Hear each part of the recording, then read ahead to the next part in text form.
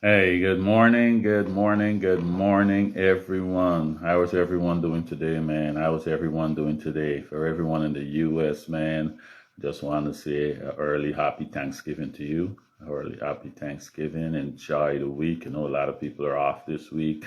People are already getting the turkey going, but just happy Thanksgiving and just enjoy it. I just want to leave this little thing for you so you can go into your Thanksgiving celebration. I want you to think about this though when you've been preparing all those delicious meals and everyone been giving you compliments of the meals and oh you're a great cook and all of that.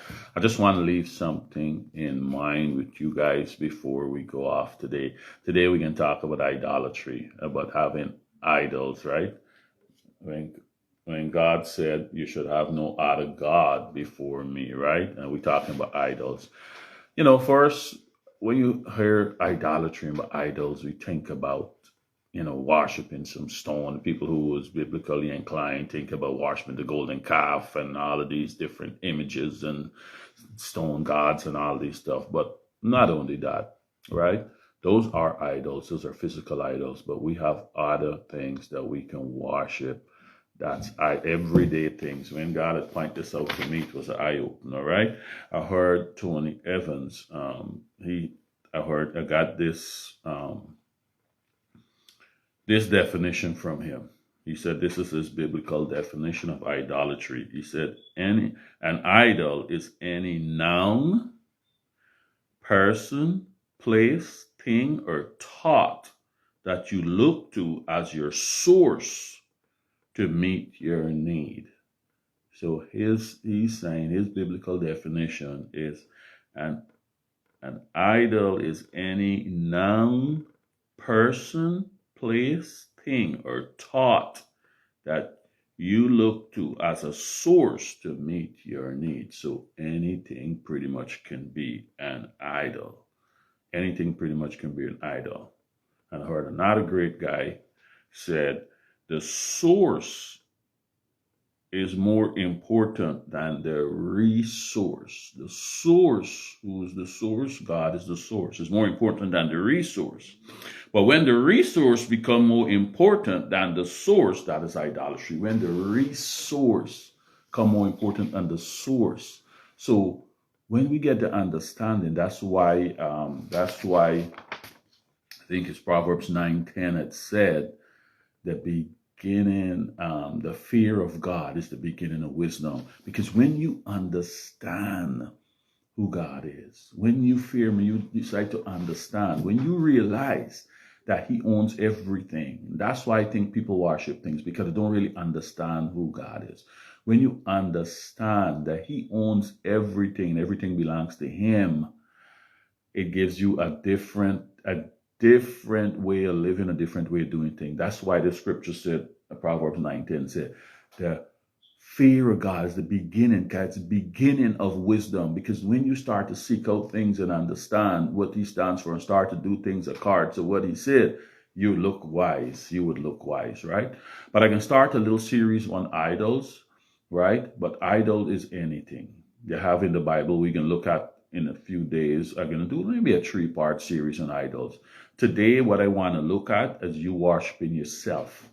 Self-worship, the idolatry of self-worship. You thinking all the gifts that you got and all the great things that you're doing it on your own. And if you take the credit for that, you're in idolatry. You got to be careful. You might be a great whatever you do great. And people giving you compliments every day. Don't take the compliment for yourself and let it go to your head and you feel like you doing this off your own. It's very easy and very tricky, especially when God blesses us with some great gifts, right? It's very easy. Don Granham Phillips, good morning. Good morning. Adrian Reese, good morning. Good morning. Thanks for watching. So we be very careful of that, because we got some powerful gifts that we might get, and we getting compliments every day from people. And if we let that compliment stop at us and don't pass it on to God and give Him the glory, understanding that He's the one that gave it to us, and without Him we can't do anything, we're in idolatry, right? And we're in trouble with God. So that's what I'm going to look at today. And the other days to come, we can look at some other things where you can make your children your idol. Examples in the Bible, make your children idols. Then we can look at the regular ones when people worship in actual idols that they make. And that's what the definition is saying. You can't, when you know God owns everything and He control everything, you can't worship something that you make with your own hands, right? How you worshiping something you make with your own. We look at all of that in days to come, but today what I want to look at is self-worship and how you could get into idolatry simply over self-worship. So we look at this guy's story in Daniel 4. I can't read the whole thing today for the sake of time, but I can sum it up quickly and I can get to the bottom part of it, right? But this is in Daniel 4 when this king Nebuchadnezzar had this dream, right? I'm going to go through it quick. He had this dream, but you see this big tree and all of this stuff. And he had no one to interpret it for him. And then send for Daniel, or Daniel could interpret dreams. Daniel come and interpret the dream, right? But one part of the dream that said he had this big tree with feeding birds and everything and reaching to the heavens and all the good stuff. And he said, an angel come and said, cut the tree down but left the stump. Leave the stump there where it can stay alive pretty much, right? And that's the dream in a nutshell. And Daniel interpreted the dream and Daniel said, man, king, this dream here, this big tree is you, right? And you're so powerful and you feed in the whole world and everything. You're a great resource to the world and everything, but God's saying you taking this credit for yourself. I just put it in a nutshell. You could go and read the whole thing. God pretty much saying you taking this credit for yourself, which you shouldn't, and you should give him and acknowledge him as the king of all kings, and he's over all the kingdoms on earth.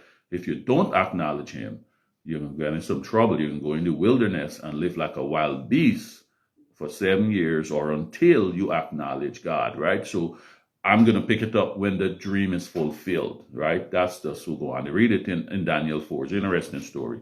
But I can pick it up after he didn't listen to what Daniel tell him. And he still continue to do his own thing and worshiping himself for all the great things he's doing and how that portion of the dream is fulfilled.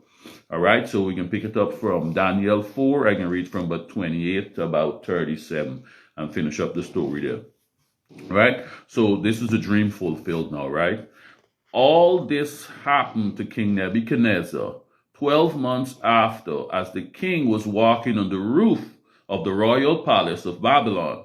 He said, is this not the great Babylon I have built as the royal residence by my majesty power and for the glory of my majesty? So he's saying he's looking out on all the wonderful things in his kingdom and he taking the credit. I built all of this. This is me. My power, my strength, who built all of this and got all of this stuff, right? So he's taking the credit for himself. He didn't listen to what God was warning him in the dream. So he still continued to take the credit, right? Is this not the great Babylon I have built as the royal residence by my majesty power and for the glory of my majesty? Even as the words were on his lips, a voice came from heaven. This is what is decree for you, King Nebuchadnezzar. Your royal authority has been taken from you. You will be driven away from people and will live with the wild animals. You will eat grass like an ox. 7 times will pass by for you until you acknowledge that the Most High is sovereign over all kingdoms on earth and gives them to anyone who wishes. So soon God gave him this 12 months after this dream to correct that. And he still didn't. So 12 months after that, he go in and said his stuff. And as he was saying it, the thing come true. He lose all his senses and had to go and live in the wilderness like wild animals, right? God can give us some time. He can point this out to you. Just one thing is fear God. And for some people who might hear this message, they might be their warning. Probably got dreams already, don't know to interpret it. But this here might be their warning. Be careful of self-worship, right? So we go on. Immediately, what has been said about Nebuchadnezzar was fulfilled. He was driven away from people and ate grass like an ox. His body was drenched with the dew of heaven until his hair grew like the feathers of an eagle and his nails like the claws of a bird. At the end of that time, I, Nebuchadnezzar, raised my eyes towards heaven. My sanctity was restored. Then I praised the Most High. I honor and glorify him who lives forever. So not until he acknowledge that, you know what, this is not my power. God is over all kingdoms. He give this kingdom to me. I didn't do nothing to deserve it. He give it to me. And everything I got belongs to him. And it's because of him. He just chose me for this job. His dominion is an eternal dominion. His kingdom endures for generations to generations. All the people on earth are regarded as nothing. He does as he pleases with the power of heavens and the people of the earth.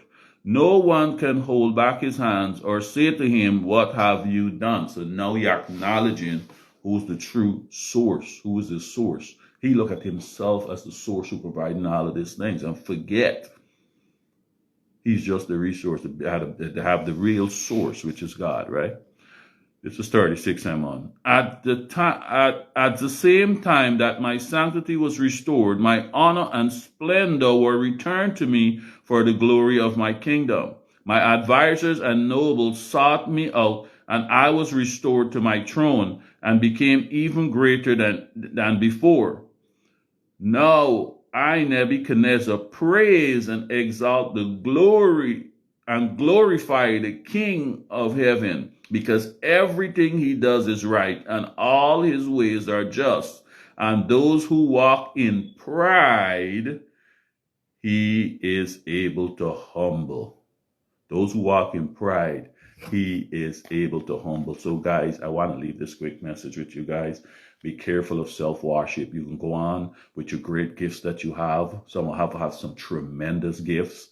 And as people praising us about the good things we do, you're a good singer, dancer, you're a good cook, you're a good musician, you're a good accountant, you're a good, whatever it is your gifts is, pass the praise on to God and say, to God be the glory. Thank you, God, for blessing me with this gift.